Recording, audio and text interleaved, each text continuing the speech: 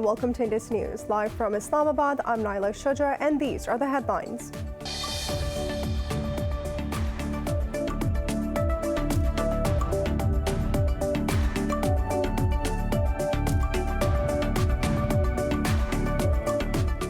In Pakistan, 5 soldiers have been martyred while thwarting a terrorist attack in Balochistan province. The military's media wing says it inflicted heavy losses on terrorists in the Sungan area of Sibi. It says an operation is underway to block escape routes and apprehend the culprits.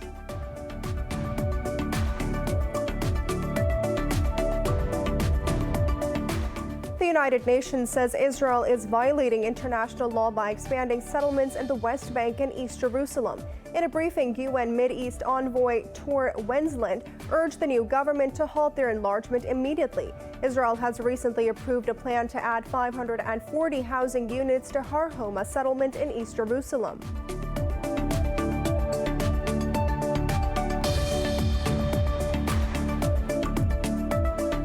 In the United States, at least one person has died while 99 others are missing after a 12-story residential building collapsed in Miami, Florida. Miami-Dade County Mayor Daniela Levine Cava says 102 people have been accounted for as rescue efforts continue. President Joe Biden has approved emergency declaration of the state of Florida. Brazil has registered more than 2,000 COVID-19 deaths and over 73,000 new cases overnight. In Pakistan, 44 more died due to the virus, while over 1,000 tested positive in the past 24 hours. Globally, the virus has inflicted nearly 180 million people and claimed over 3.8 million lives.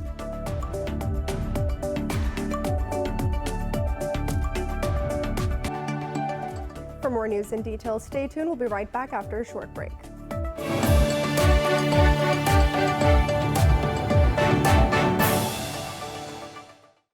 Welcome back. In Pakistan, 5 soldiers have been martyred while thwarting a terrorist attack in Balochistan province. The military's media wing says it inflicted heavy losses on terrorists in the Sungan area of Sibi.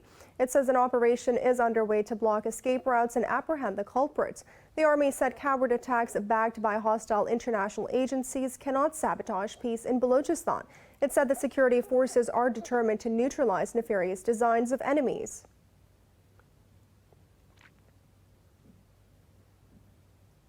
The United Nations says Israel is violating international law by expanding settlements in the West Bank and East Jerusalem. In a briefing, UN Mideast envoy Tor Wensland urged Israel's new government to halt their enlargement immediately. UN Chief Antonio Guterres and Wensland reported on the implementation of a Security Council resolution against Israeli settlements. The Mideast envoy said the settlements are a major obstacle to the two-state solution and a just, lasting, and comprehensive peace. Israel has recently approved a plan to add 540 housing units to the Har Homa settlement in East Jerusalem. Meanwhile, in an interview, the Palestinian envoy to the UN, Riyad Mansour, said the rebuilding of Gaza requires a permanent ceasefire. He said it will be difficult to sustain the truce without the involvement of the Mideast Quartet. Earlier, dozens of Israeli settlers forced their way into the Al-Aqsa Mosque complex in East Jerusalem. U.S. President Joe Biden will meet his Afghan counterpart Ashraf Ghani and chief negotiator Abdullah at the Oval Office on Friday. The two sides will discuss U.S. troop withdrawal amid increased Taliban advances across Afghanistan. White House Deputy Press Secretary says Biden will urge Ghani and Abdullah to be a united front. Secretary Karine Jean-Pierre said he will also reaffirm U.S. support for a negotiated peace deal. Karine added the president will focus on his commitment to the Afghan people and security forces. Earlier, Biden said he will relocate Afghan workers who aided U.S. troops to a third country until their visas are processed. In the United States, at least one person has died while 99 others are missing after a 12-story residential building collapsed in Miami, Florida. Miami-Dade County Mayor Daniela Levine Cava says 102 people have been accounted for as rescue efforts continue. President Joe Biden has approved an emergency declaration in the state of Florida. He has also ordered federal assistance to supplement state and local response efforts. The cause of the collapse remains unknown. Local officials say the 12-story tower was undergoing roof construction and other repairs. County Police Director Freddie Ramirez said the numbers of known casualties and people missing are likely to fluctuate. U.S. Ambassador to Russia John Sullivan has returned to Moscow after the Biden-Putin summit in Geneva. In a statement, Sullivan said he is ready to work with Russia for a stable and predictable bilateral relationship.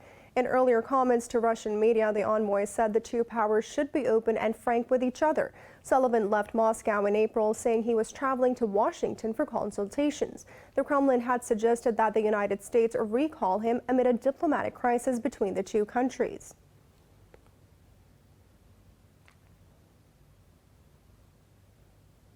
A senior U.S. official says there are serious differences in talks on resuming compliance with the 2015 Iran nuclear deal. The remarks comes days after the sixth round of indirect talks between the U.S. and Iran adjourned on Sunday. Speaking to reporters, the official said that if the issues are not resolved soon, the United States will need to rethink its approach. They said the U.S. delegation is expected to return to Vienna for a seventh round of talks in the coming days. Iran struck a deal with major powers in 2015 to curb its uranium enrichment program in return for the lifting of sanctions. But former U.S. President Donald Trump abandoned the deal in 2018 and reimposed harsh sanctions. His move prompted Tehran to start violating some of the nuclear limits. Brazil has registered more than 2,000 COVID-19 deaths and over 73,000 new cases overnight. Globally, the virus has infected nearly 180 million people and claimed over 3.8 million lives. More in this report.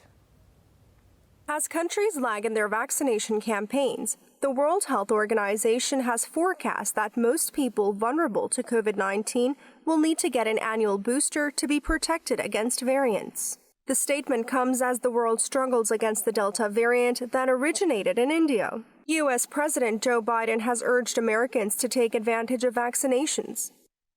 And unvaccinated people are incredibly vulnerable. This is a serious concern with what experts call the Delta variant. It is not only, according to the CDC, between 10 and 20% of all cases in the last 2 weeks have been the Delta variant. In Australia, Sydney's 4 local areas have been put into lockdown for at least another week to contain a spike in the Delta variant. Japanese media says a member of the Ugandan Olympics team who tested positive upon arrival also had the Delta variant. In Europe, stricter restrictions will be imposed across Portugal's Lisbon region. The Delta variant accounts for more than half of the city's cases and threatens the holiday season. Over in the United Kingdom, ministers have sought to rescue the summer holiday season by easing travel restrictions for several tourist spots. But as the Delta variant continues to spread in the UK, Hong Kong has reclassified Britain as a very high-risk country. Meanwhile, the African Union has accused the world's richest nations of deliberately failing to provide enough vaccines to the continent. In Pakistan, 44 more people have died of COVID-19 in the past 24 hours. The health ministry says over 1,000 people tested positive for the virus overnight. The country has recorded 22,152 deaths since the pandemic began.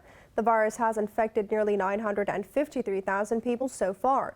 Meanwhile, over 897,000 people have recovered. There are nearly 33,000 active cases in the country and over 2,000 critical.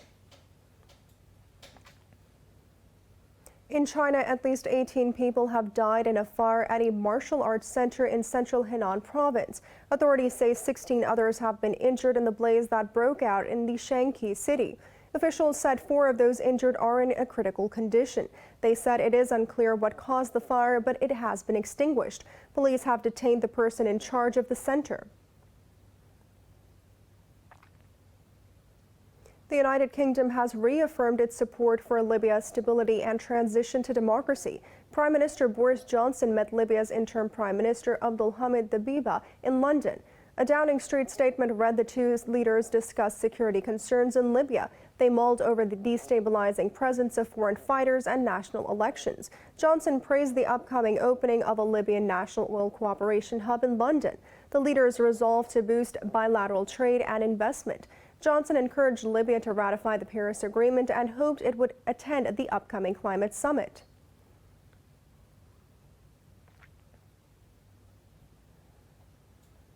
Algeria's president has accepted Prime Minister Abdelaziz Tebboun's resignation, paving the way for the formation of a new government.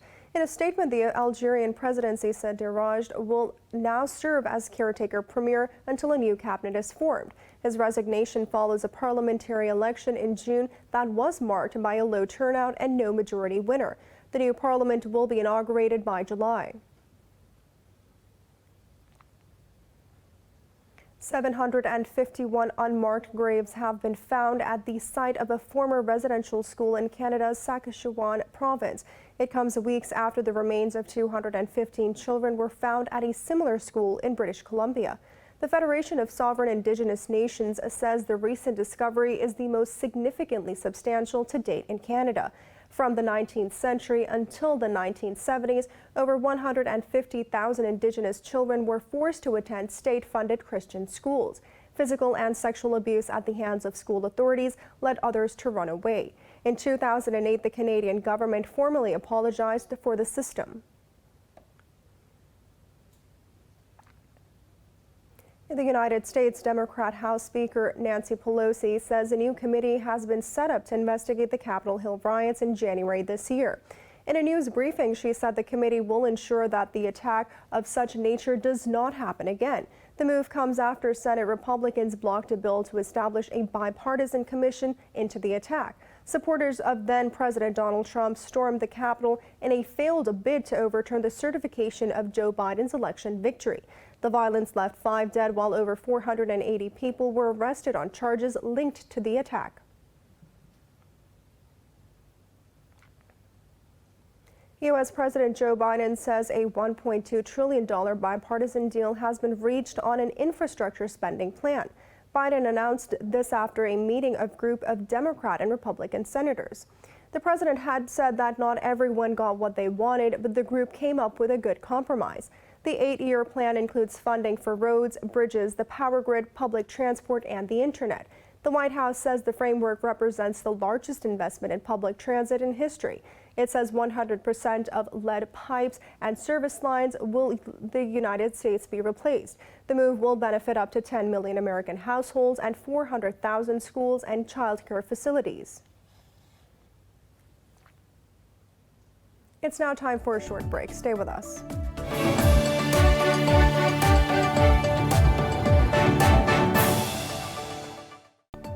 Welcome back. The United States has called on the international community to fulfill its pledges to increase funding for humanitarian assistance to Yemen.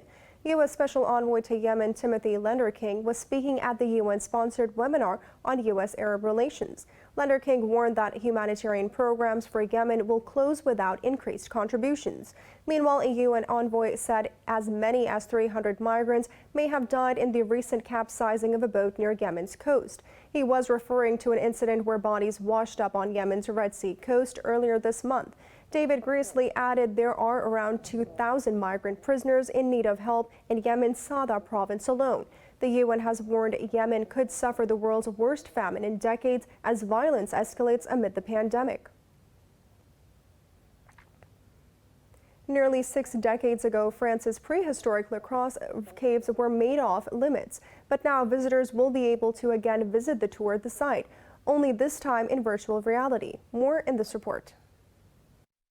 The La Crosse Cave Network, discovered in 1940 by a boy whose dog fell down a hole, contains paintings of animals, human figures, and abstract signs that date back as far as 17,000 years. It was closed to the public in 1963 after the carbon dioxide, heat, and humidity of nearly 2,000 visitors a day began damaging the paintings. But now, thanks to virtual reality, the caves are back in view.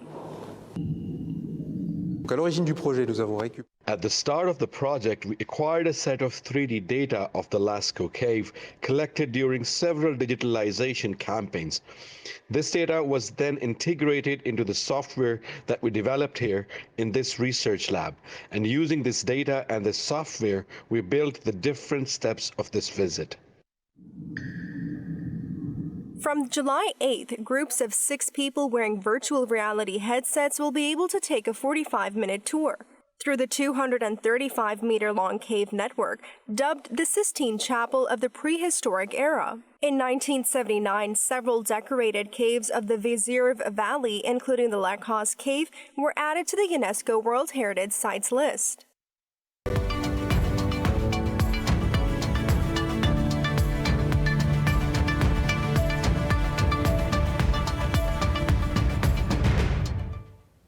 Markets in the Asia-Pacific have risen, riding the positive sentiment overnight in the U.S., where the S&P 500 rose to a record. Hong Kong's Hang Seng Index has jumped nearly 1.5%, leading the gains. Stocks in mainland China have also ascended over 1%. The Nikkei 225 in Japan has gained over 0.5%. Seoul's Kospi and Australia's ASX 200 have added close to 0.5% as well.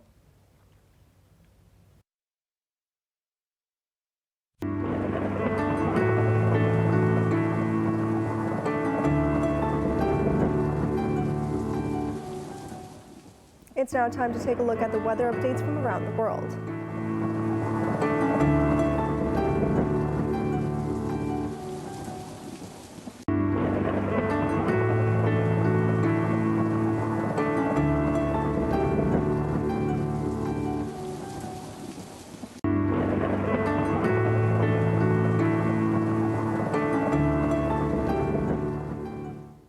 For the latest news updates, you can follow us on our social media at Indus.News.